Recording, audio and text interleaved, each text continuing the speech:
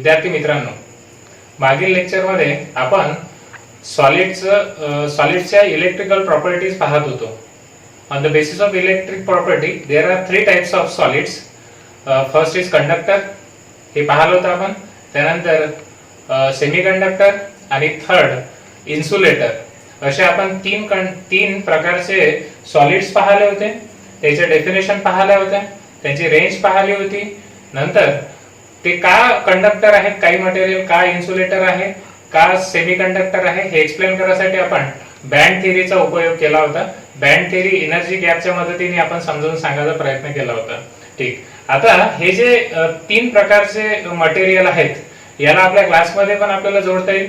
काही असे लोक जे रेग्युलर अभ्यास करतात, वारंवार अभ्यास करतात, हार्ड वर्क करतात, असे लोक कंडक्टर म्हणून कन्सिडर केला जाईल.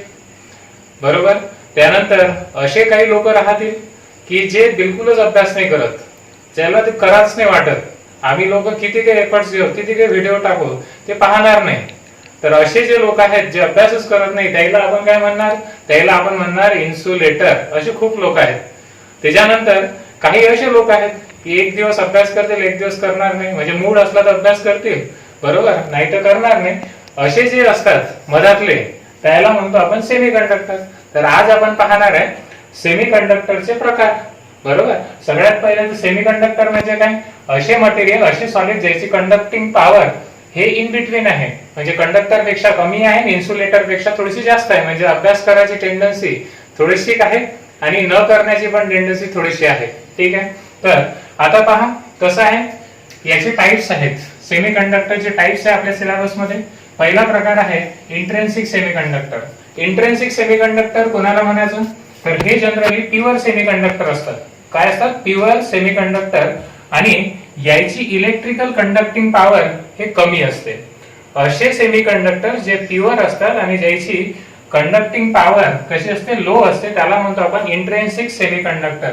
जसे नेचर मध्ये ऑकर होतात तसेच हे सेमीकंडक्टर. फॉर एक्झाम्पल सिलिकॉन आहे, जर्मेनियम आहे, आर्सेनिक आहे, एसबी आहे, म्हणजे अँटीमनी आहे. These are some examples of the intrinsic semiconductor. जसे आहे तसेच प्युअर फॉर्म मध्ये, त्याला म्हणू इंट्रिन्सिक. जर सपोज हे जे इंट्रिन्सिक सेमीकंडक्टर आहे त्याची जर आपण पाहिलं तर कंडक्टिव्हिटी वाढत जाते जसं जसं आपण टेम्परेचर वाढतो. कारण हे आपण एक्सप्लेन केलं आहे बँड थिअरीच्या अकॉर्डिंग. जसं जसं टेम्परेचर वाढत जाणार तसं तसंच इलेक्ट्रॉन जे आहे ते मायग्रेट होत जाईल valence band to conduction band, आणि त्याच्यामुळे याची कंडक्टिव्हिटी वाढत जाईल. कोणाची? Intrinsic semiconductor. इंट्रिन्सिक सेमीकंडक्टरची तसं पाहिलं तर लो कंडक्टिव्हिटी राहते. ठीक आहे. आता हे जे इंट्रिन्सिक प्युअर सेमीकंडक्टर आहे, आपण जर ठरवलं की याची कंडक्टिव्हिटी कमी आहे, अभ्यास करायची मानसिकता कमी आहे, याने जास्त अभ्यास केला पाहिजे, म्हणजेच याला काय द्यावं लागेल? बूस्ट द्यावं लागेल, प्रोटीन द्यावं लागेल, काहीतरी एक्सटर्नल द्यावं लागेल. तर आपण काय करतो? अशा वेळेस त्याची पॉवर वाढवण्यासाठी डोपिंग करतो. डोपिंग म्हणजे काय? तर आपण इंट्रिन्सिक सेमीकंडक्टर घ्यायचा, त्याच्यामध्ये मायन्यूट अमाउंट मध्ये इम्प्युरिटी टाकायची. काय टाकायची? Impurity, minute quantity of impurity, बरोबर आहे, टू प्युअर सेमीकंडक्टर. हे प्युअर सेमीकंडक्टर आहे, याच्यामध्ये आपण काही थोडीशी इम्प्युरिटी टाकतो. बरोबर. हा कोण आहे? इंट्रिन्सिक. रिझल्टंट जो तयार होईल त्याला म्हणतो आपण एक्सट्रिन्सिक सेमीकंडक्टर. म्हणजेच काय करावं लागते? डोपिंग करावं लागते. Addition of minute quantity of impurity to the pure semiconductor to increases. कशासाठी टाकतोय आपण? To increases is conductivity is known as doping. असं मटेरियल जे डोप करण्यासाठी वापरतो त्याच्यात 2 प्रकार असतात, ते आपण नंतर पाहू. सगळ्यात पहिले एक्सट्रिन्सिक सेमीकंडक्टरची डेफिनेशन काय मग? Dope semiconductor. डोप म्हणजे ज्याच्यात आपण इम्प्युरिटी ऍड केली आहे. बरोबर. Dope semiconductor which have more conductivity than pure intrinsic semiconductor is known as extrinsic semiconductor. Dope केलेला सेमीकंडक्टर ज्याची कंडक्टिव्हिटी हे प्युअर सेमीकंडक्टर पेक्षा जास्त आहे त्याला म्हणतो आपण एक्सट्रिन्सिक सेमीकंडक्टर. आता हे जे एक्सट्रिन्सिक सेमीकंडक्टर आहे त्याच्यामध्ये आपण इम्प्युरिटी काय वापरतोय? इम्प्युरिटी आपण इलेक्ट्रॉन रिच वापरतो आहे का किंवा इलेक्ट्रॉन डिफिशियंट वापरतो आहे का, त्याच्या भरोशावर आपण याचे 2 प्रकार केले आहे. पहिल्याला आपण म्हटलं एन टाइप, दुसऱ्याला म्हटलं आहे पी टाइप. याच्यावर पॉसिबल क्वेश्चन असतात, म्हणून आपण एन टाईप आणि पी टाईप जरा डिटेल मध्ये पाहू. एन फॉर निगेटिव्ह आणि पी फॉर पॉझिटिव्ह. तर आपण एक्सट्रिन्सिक सेमीकंडक्टर मध्ये दोन सेमीकंडक्टर म्हणजे एन टाईप आणि पी टाईप ते डिस्क्राइब करणार आहे. सगळ्यात पहिले एन टाईप सेमीकंडक्टर काय असते. एन टाईप सेमीकंडक्टर हे एक्सट्रिन्सिक सेमीकंडक्टर आहे. It obtained by doping of intrinsic म्हणजे प्युअर सेमीकंडक्टर. प्युअर सेमीकंडक्टरचं डोपिंग केल्यानंतर तर डोप कशाने करायचं तर इलेक्ट्रॉन रिच 15 ग्रुप इम्प्युरिटी. बरोबर, म्हणजेच इंट्रेन्सिक सेमीकंडक्टर आहे आपल्याकडे प्युअर फॉर्म मध्ये. आपण काय करतो आहे, आपण काही सिलिकॉनच्या जागेवर सपोज एखाद्या 1-2 सिलिकॉनच्या जागेवर मायन्यूट अमाऊंट ऑफ इम्प्युरिटी टाकणार आहे. इम्प्युरिटी 15 ग्रुप एलिमेंटची. 15 ग्रुप एलिमेंट मध्ये तुम्हाला माहित आहे काही एलिमेंट असे आहेत याच्यापैकी तुम्ही काही घेऊ शकता. म्हणजेच नायट्रोजन हा सोडला तर या 3 एलिमेंट ऍज अ इम्प्युरिटी म्हणून वापरू शकतात. पण आपल्याला माहित आहे सिलिकॉनचं इलेक्ट्रॉनिक कॉन्फिगरेशन काय आहे 3s2 3p2 म्हणजे 4 व्हॅलेन्स इलेक्ट्रॉन आहे same as carbon. 4 valence electron म्हणजे हा 4 बॉन्ड बनवते सिलिकॉन, 4 कोव्हलंट बॉन्ड नेबरिंग ऍटम सोबत आणि याच्यापासून एक क्रिस्टल बनलाय सिलिकॉनचा. आणि आता पहा फॉस्फरसचं इलेक्ट्रॉनिक कॉन्फिगरेशन काय 3s2 3p3. या दोघात फरक काय आहे तर याच्याजवळ 4 इलेक्ट्रॉन आहे आणि इम्प्युरिटी जवळ किती इलेक्ट्रॉन आहे 5 इलेक्ट्रॉन आहे. सपोज एक सिलिकॉनचा ऍटम मी काढला त्याच्या जागेवर फॉस्फरस ऑक्युपाय केला. आता फॉस्फरस हे 5 इलेक्ट्रॉन पैकी 4 इलेक्ट्रॉन हे सपोज एक फॉस्फरसचा इलेक्ट्रॉन, हा दुसरा इलेक्ट्रॉन, हा तिसरा इलेक्ट्रॉन आणि हा चौथा इलेक्ट्रॉन, हे 4 इलेक्ट्रॉन हा वापरणार कशासाठी तर कोव्हलंट बॉन्ड बनवण्यासाठी शेजारच्या सिलिकॉन सोबत. बरोबर, आता हे 4 इलेक्ट्रॉन वापरले आहे. एक अजून एक्स्ट्रा इलेक्ट्रॉन आहे फॉस्फरस कडे, हा एक्स्ट्रा इलेक्ट्रॉन. आता एक्स्ट्रा इलेक्ट्रॉन आहे म्हणजेच इलेक्ट्रॉनवर कोणता चार्ज असते निगेटिव्ह. म्हणून आता हा त्यातल्या त्यात जो एक्स्ट्रा इलेक्ट्रॉन आहे इट इज मोबाईल. हा काय असते मोबाईल असते. मोबाईल म्हणजे फ्री आहे तो मूव्ह होण्यासाठी.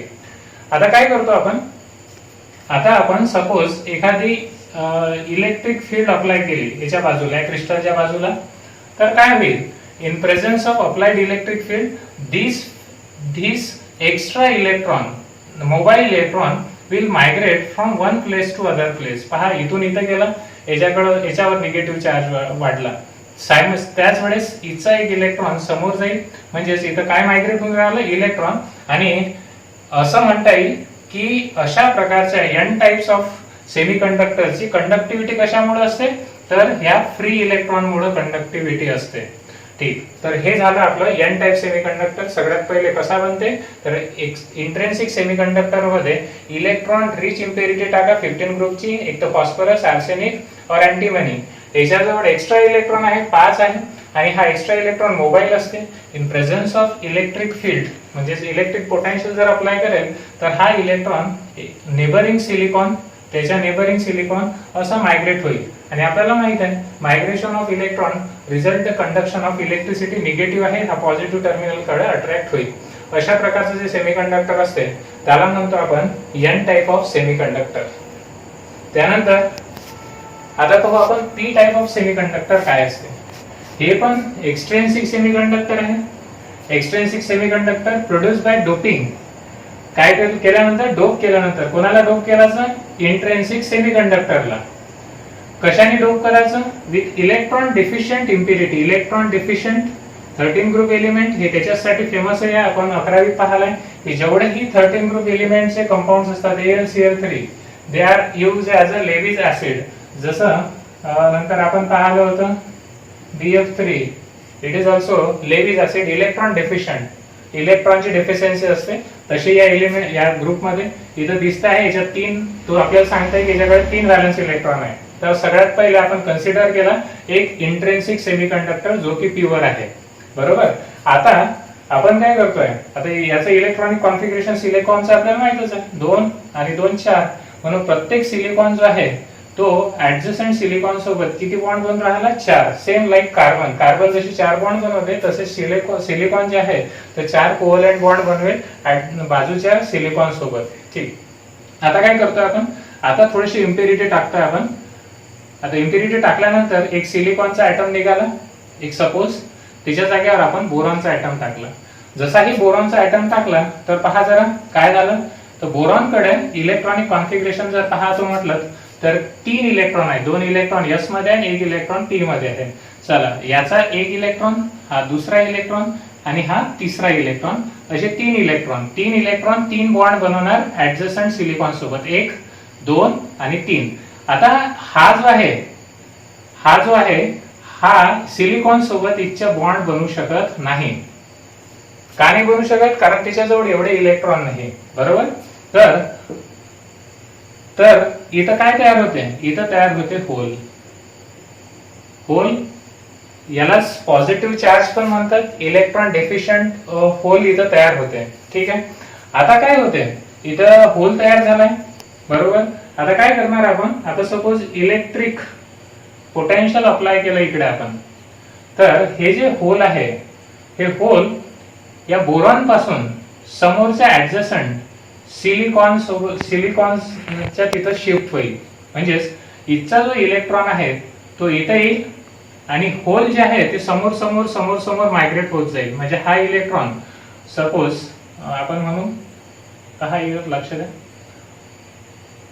ऍडजसंट सिलिकॉनचा, कोणत्याही एका सिलिकॉनचा इलेक्ट्रॉन आपण याला दिला, त्याच्यानंतर इथचं काय तयार झालं, समोर होल गेला तो डेफिशियंट झाला, समोर तो डेफिशियंट झाला, समोर तो डेफिशियंट झाला, सॉरी इथचा होल समोर, हा बरोबर शिफ्ट झाला, तर होल समोर जाईल. होल समोर गेल्यानंतर होलवर कोणता चार्ज आहे, पॉझिटिव्ह, म्हणून तो कोणत्या टर्मिनलकडे अट्रॅक्ट होईल, निगेटिव्ह टर्मिनलकडे अट्रॅक्ट होईल. अशा प्रकारचं कंडक्टिव्हिटी इथं पाहायला मिळते. कशामुळे, होलमुळे. याला म्हणतो आपण होल ट्रान्सफर मेकॅनिझम. ठीक. तर in this conductor electricity is conduct due to transfer of hole म्हणजे हे होल मूव्ह होते. आता हा काय करते, ऍडजसंटचा इलेक्ट्रॉन घेते, याचा इथं होल तयार होईल. हा काय करेल, समोरच्याचा इलेक्ट्रॉन घेईल, समोरच्याला होल तयार करेल. असं समोर समोर समोर समोर चालत जाईल. Due to this hole transfer electricity is conduct. अशा प्रकारचे जे सेमीकंडक्टर्स असतात त्याला म्हणतो आपण T types of semiconductor. This is all about N type and P type of semiconductors. यानंतर आपण पाहणार आहे सॉलिडच्या मॅग्नेटिक प्रॉपर्टीज ऑफ सॉलिड. त्याच्यासाठी सगळ्यात पहिले आपल्याला ऍटमच्या स्ट्रक्चरकडे फोकस करावा लागेल.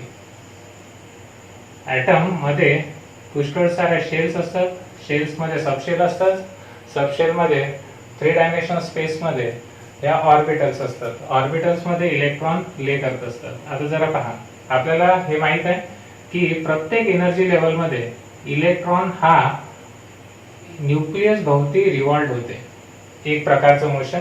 या मोशनला आपण ऑर्बिटल मोशन म्हणतो. ऑर्बिटल मोशन, कोणाचं मोशन, इलेक्ट्रॉनचं मोशन, ऑर्बिटल मोशन. ठीक.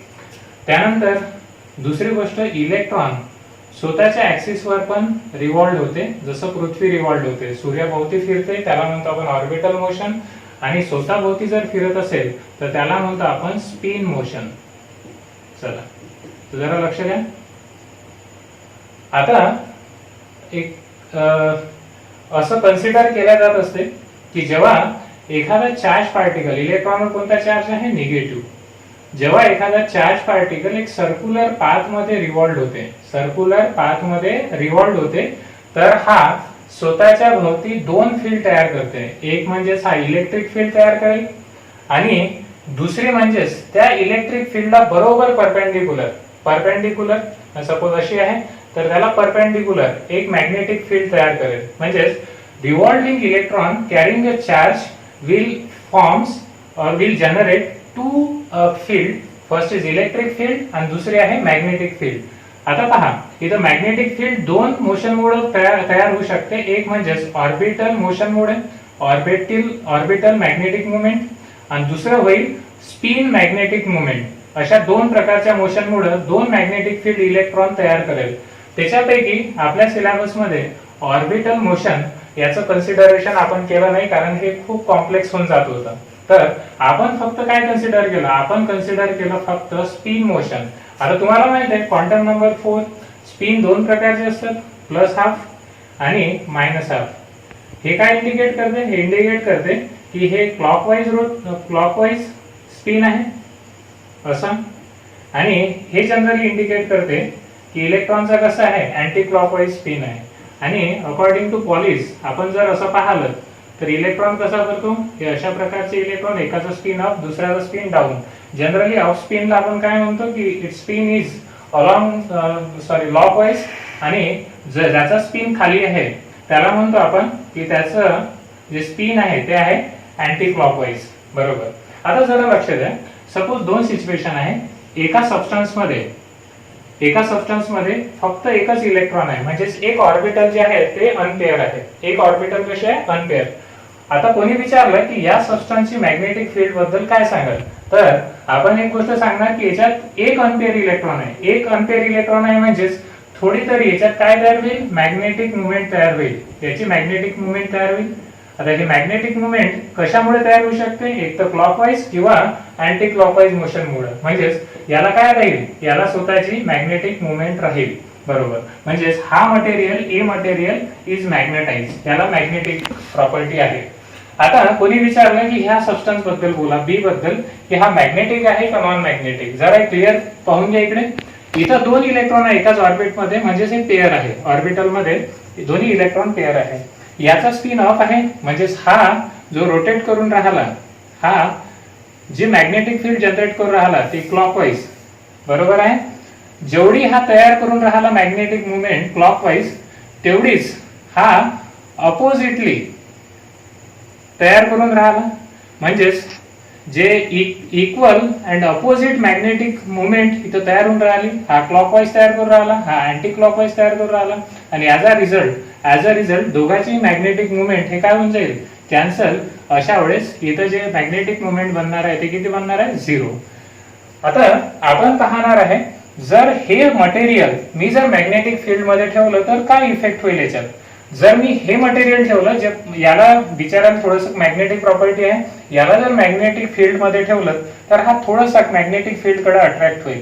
पण इथं जर पाहतो म्हटलं तर इथं दोन्ही, याला स्वतःची मॅग्नेटिक फील्डच नाहीये. मग मॅग्नेटिक फील्ड नाही तर याला जर मॅग्नेट मध्ये ठेवलं तर हा त्याच्यासोबत इंटरॅक्ट होणार नाही, किंवा आपण म्हणून वीकली रिपेअर होईल. मग तुम्हाला काय समजलं याच्यापासून, तुम्हाला एक गोष्ट समजली की जेवढे जास्त अनपेअर इलेक्ट्रॉन राहतील तेवढं जास्त मॅग्नेटिक नेचर त्या मटेरियलचं राहील, तेवढे जास्त त्याच्याजवळ मॅग्नेटिक मुवमेंट राहील. सेम कन्सेप्ट आपण डी ब्लॉक मध्ये पण काढणार आहे, तिथं आपण मॅग्नेटिक मुवमेंट काढणार आहे. चला, तर ह्या पेअर आहे इलेक्ट्रॉन, अनपेअर आहे का अनपेअर खूप जास्त आहे, मॅग्नेटिक फील्ड सोबत काय इंटरॅक्शन आहे, आणि त्याच्या एक्झाम्पलच्या भरोशावर 3 प्रकारे मॅग्नेटिक प्रॉपर्टीला क्लासिफाय केलाय. सगळ्यात पहिला आहे डायमॅग्नेटिक सॉलिड. डायमॅग्नेटिक सॉलिड कोणाला म्हणायचं, तर असे सबस्टन्स ज्याच्यामध्ये सगळे इलेक्ट्रॉन ऑल पेअर्ड इलेक्ट्रॉन आहेत, एकही अनपेअर इलेक्ट्रॉन नाही. आणि पेअर इलेक्ट्रॉन असल्यावर it is weakly repel by magnetic field. Magnetic फील्डला अट्रॅक्ट तर करणारच नाही, पण थोडंसं वीकली रिपेल करू शकते. असे जे सबस्टन्स असतात ज्याच्यामध्ये सगळे इलेक्ट्रॉन पेअर आहेत त्याला म्हणतो आपण डायमॅग्नेटिक. आता जर काळजीपूर्वक पाहिलं तर N2 कडे 14 इलेक्ट्रॉन आहे. 14 म्हणजे कोणता नंबर आहे, इवन नंबर आहे. इथे पहा, इथं F9 9 2 18 इवन नंबर. Na+ आणि Cl- Na+ याच्याकडे 10 इलेक्ट्रॉन आहे आणि याच्याकडे 18 इलेक्ट्रॉन आहेत. जरा पाहून घ्या, सगळे इवन नंबर. हायड्रोजन, ऑक्सिजनवर -2 म्हणजे 6 6 2 8 आहे इलेक्ट्रॉन, आणि याच्यावर +0 म्हणजे सपोज हाय पण कसा आहे, इवन नंबर. पण एक एक्सेप्शन आहे, ते म्हणजे O2. जरीही याच्याकडे 8 2 16 इलेक्ट्रॉन असेल, 16 इलेक्ट्रॉन आहेत, इवन नंबर आहे, तरीही हा मॅग्नेटिक आहे. याला एक्सप्लेन करायसाठी आपण MOT थेअरी वापरली होती. हे जरा एक्सेप्शन आहे. म्हणून जनरलाइज जर आपण विचार केला तर इव्हन जर इलेक्ट्रॉन असेल तर इलेक्ट्रॉन पेअर राहतील. म्हणजे एखादी बस आहे त्याच्यामध्ये सपोज 5 सीट आहे, 5 सीट मध्ये जर 10 इलेक्ट्रॉन भरले तर सगळे इलेक्ट्रॉन कसे आहे, पेअर असले तर त्याला म्हणतो आपण डायमॅग्नेटिक. ठीक आहे. त्याच्यानंतर पॅरामॅग्नेटिक सबस्टन्स, पॅरामॅग्नेटिक सॉलिड कोणाला म्हणायचं, तर असे सबस्टन्स ज्याच्यामध्ये ऍटलीस्ट एक तरी अनपेअर इलेक्ट्रॉन आहे. काय आहे, एक तरी अनपेअर इलेक्ट्रॉन. आणि अनपेअर इलेक्ट्रॉन असल्यावर हे काय करेल, वीकली अट्रॅक्ट करेल. कोणाला अट्रॅक्ट करेल, मॅग्नेटिक फील्डला अट्रॅक्ट करेल, जर आपण मॅग्नेटिक फील्ड मध्ये त्याला ठेवलं तर. बरोबर. याचे एक्झाम्पल आहे ऑक्सिजन. आता सांगितलं एमओटीच्या भरोशावर आपण एक्सप्लेन केले होते, 2 अँपिअर इलेक्ट्रॉन आले होते याचे. त्यानंतर Cu+2. Cu+2 चं इलेक्ट्रॉनिक कॉन्फिगरेशन पहा, हे आहे 3d10 4s1 सिस्टम. याच्यापैकी 2 इलेक्ट्रॉन जर काढले तर हे झाला 0 आणि हे झालं 9. 9 आहे इलेक्ट्रॉन, म्हणजे एक इलेक्ट्रॉन कसा आहे याच्यात, अँपिअर, म्हणजे N = या केस मध्ये किती आहे, 1. आता याच्यात जर पाहतो म्हटलं Fe+3. Fe+3 चं इलेक्ट्रॉनिक कॉन्फिगरेशन काय आहे, याचं इलेक्ट्रॉनिक कॉन्फिगरेशन आहे 3d6 4s2. 3d6 4s2 पैकी 3 काढले, म्हणजेच इथचे 2 काढले, इथला 1 काढला, म्हणजेच किती उरले, 5. 5 इलेक्ट्रॉन 5 ऑर्बिटल मध्ये जर आपण ठेवले तर किती अँपिअर इलेक्ट्रॉन झाले, सॉरी, हो, 5 इलेक्ट्रॉन जर आपण 5 ऑर्बिटल मध्ये ठेवले तर खूप सारे अँपिअर इलेक्ट्रॉन झाले. तर हाय पण मटेरियल पॅरामॅग्नेटिझम किंवा फेरोमॅग्नेटिझम मध्ये येऊ शकते. तसंच Cr+3 जनरली ट्रान्झिशन एलिमेंटचे मॅक्सिमम आयन हे याच्यामध्ये अँपिअर इलेक्ट्रॉन असतात, म्हणून दे आर पॅरामॅग्नेटिक सॉलिड. नंतर सगळ्यात शेवटी फेरोमॅग्नेटिझम. फेरोमॅग्नेटिझम काय असते, असे सबस्टन्स ज्याच्यामध्ये खूप सारे अँपिअर इलेक्ट्रॉन असतात. The substance containing large ampere electron, ज्याच्यामध्ये खूप सारे अँपिअर इलेक्ट्रॉन असतात आणि इलेक्ट्रॉन अँपिअर जास्त असल्यामुळे मॅग्नेटिक फील्ड स्ट्रॉंग बनते. It is strongly attracted by magnetic field. म्हणून जे इथले मॅग्नेटिक फील्ड आहे ते बऱ्यापैकी स्ट्रॉंग आहे.